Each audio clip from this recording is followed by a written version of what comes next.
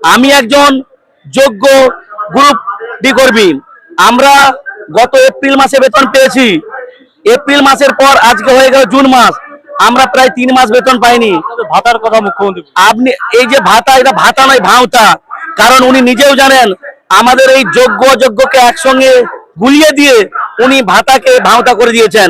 কারণ এটা এই আপনাদের মাধ্যমে আমরা সমাজকে জানাতে চাই, আমাদেরকে যোগ্য অযোগ্য একসঙ্গে মিশিয়ে দিচ্ছে। আমাদের 3,393 জন, 6,000-এর মধ্যে 3,393 জন আমরা যোগ্য নন টিচিং স্টাফ অর্থাৎ গ্রুপ সি এবং ডি। মুখ্যমন্ত্রী কি করেছেন, সেই অযোগ্যদের কাছ থেকে পয়সা বা সুপ্রিম কোর্টের রায়ে যে টাকা ফেরতের কথা হয়েছিল তা না করে যোগ্য অযোগ্যকে উভয়কে একসঙ্গে গুলিয়ে দিয়ে আমাদেরকে একটা ললিপপ ধরিয়ে দিয়েছেন এবং সমাজের কাছে প্রকাশ হয়েছে আমরা নাকি ভাতা পাচ্ছি।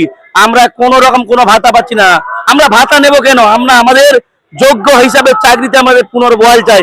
এটাই আমাদের আমাদের আবেদন, আমাদের দাবি। একই পদে আমরা একাধিকবার পরীক্ষা দেবো কেন? ভারতবর্ষ কেন, পৃথিবীর ইতিহাসে এমন কি কোথাও আপনারা দেখাতে পারবেন যে একই পদের জন্য একাধিকবার পরীক্ষা দিতে হবে?